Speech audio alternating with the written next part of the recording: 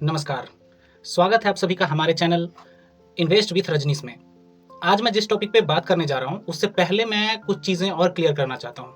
कुछ चीज़ें ये क्लियर करना चाहता हूँ कि दुनिया का कोई भी इन्वेस्टमेंट कभी भी खराब नहीं होता है। यानी इन्वेस्टमेंट कभी बुरा नहीं होता है, कोई अच्छा नहीं है, कोई बुरा नहीं है।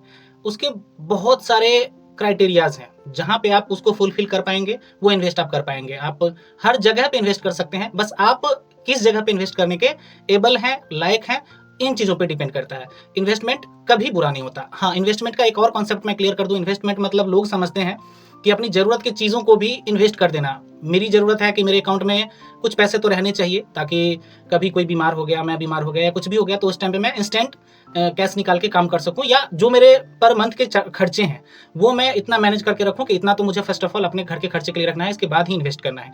इन्वेस्टमेंट मतलब होता है कि आपकी जितनी इनकम है उसका 10 to 20% आपको इन्वेस्ट करना है। इन्वेस्टमेंट मतलब हमारे ज़रूरत से जो एक्स्ट्रा पैसे होते हैं, थोड़े से, जो कहीं ना कहीं हम छोटे मोटे चीज़ों में, छोटे पार्टियों में, कुछ एक्स्ट्रा कपड़े खरीदने में, शूज़ खरीदने में, अदर चीज़ों पे इन्वेस्ट लगा देते हैं, पैसे को बर्बाद कर देते हैं। उससे बचा करके आप 20% अपने सैलरी का सेव करते चलिए, ताकि वो इन फ्यूचर आगे का जो हमारा लाइफ है या हमारे बच्चों का लाइफ है उसके लिए वो ज़्यादा अच्छा रहे, सेफ रहे, हमें कभी भी ज़रूरत पड़े तो किसी के सामने हाथ नहीं फैलाना पड़े। तो आज मैं कॉन्सेप्ट क्लियर कर दिया हूँ बिल्कुल, कि कोई भी इन्वेस्टमेंट बुरा नहीं है। चाहे आप शेयर मार्केट में कीजिए, चाहे आप गोल्ड में कीजिए, चाहे आप प्रॉपर्टी में कीजिए, या आप एफडी में कीजिए, कुछ भी कीजिए, इन्वेस्टमेंट बहुत ज़रूरी है और बहुत अच्छी चीज़ है, हर किसी को करना चाहिए।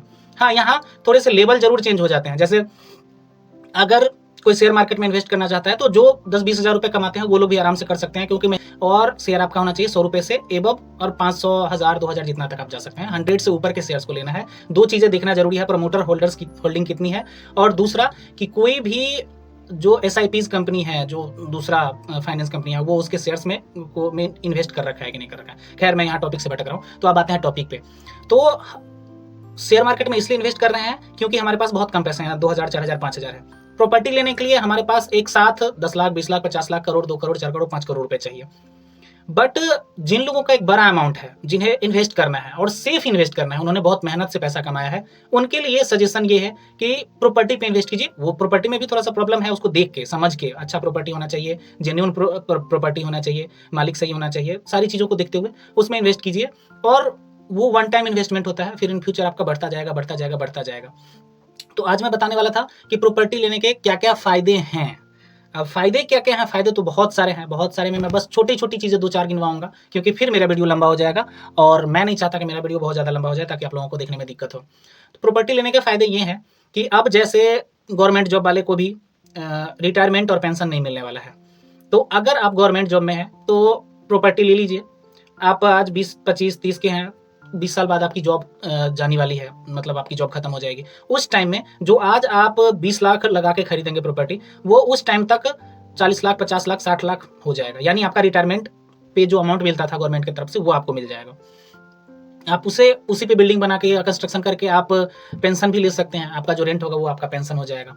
तो ये चीज़ें हो गई। अब प्राइवेट नौकरी वालों का क्या है कि उनका 40 से 45 से 50 साल जाते जाते ना वो थक जाते हैं, वो मेंटली हरासमेंटेड हो जाते हैं, उनका मेंटली हरासमेंट हो जाता है, वो प्राइवेट नौकरी करने के लायक नहीं अपने आप को समझते हैं, या बहुत थक जाते हैं, उनका मन करता है कि कब मैं ये प्राइवेट नौकरी छोड़ दूँ।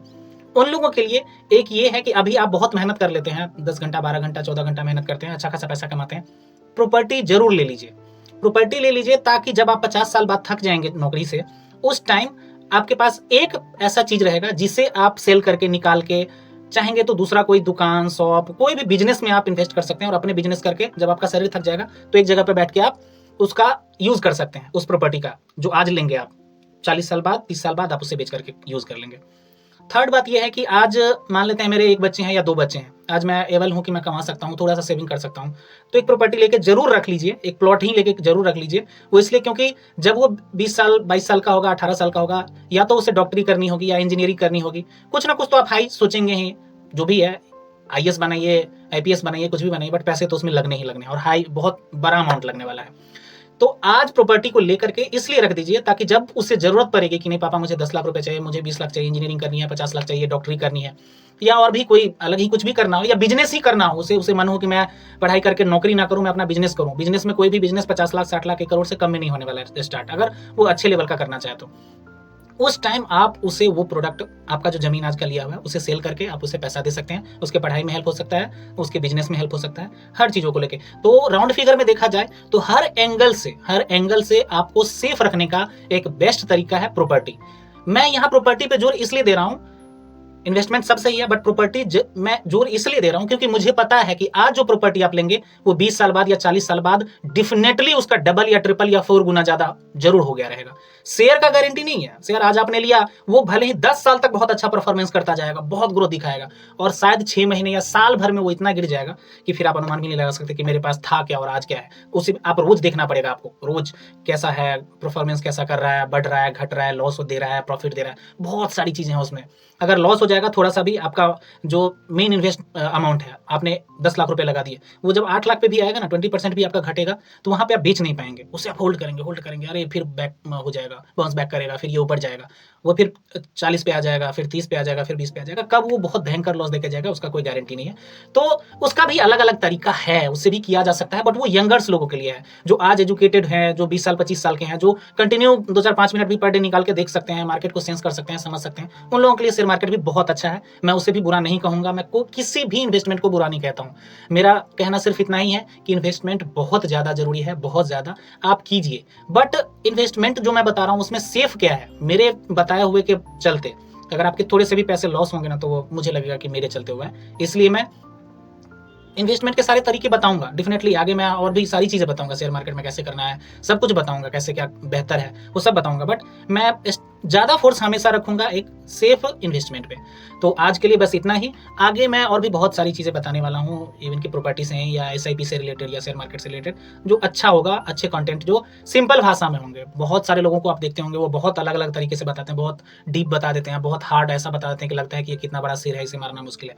तो ऐसा कुछ नहीं होगा, सिंपल वे में समझना है, मुझे भी समझाना है सिंपल वे में, आपको भी समझना है सिंपल वे में। तो आज के लिए बस इतना ही। Thank you so much. फिर मिलते हैं नेक्स्ट वीडियो में। और हाँ, एक चीज़ और रिमाइंडर करना मैं चाह रहा था कि मेरे चैनल पे बहुत सारे ऐसे लोग हैं जो चैनल को सब्सक्राइब नहीं किए हुए हैं, बट वो वीडियोस देख रहे हैं। तो रिक्वेस्ट है, इवन कि 50% से ज़्यादा ही है, 60-70% ऐसे लोग हैं, 60% के अब, जो बगैर सब्सक्राइब किए हुए मेरे वीडियोस को देख रहे हैं। तो एक रिक्वेस्ट कि प्लीज़ मेरे चैनल को सब्सक्राइब जरूर कीजिए, इससे मुझे मोटिवेशन मिलेगा और मैं आगे आपके लिए काम करता रहूँगा। तो प्लीज़ मेरे चैनल को सब्सक्राइब जरूर कीजिए, जरूर कीजिए, जरूर कीजिए। Thank you so much. जय हिंद, जय भारत।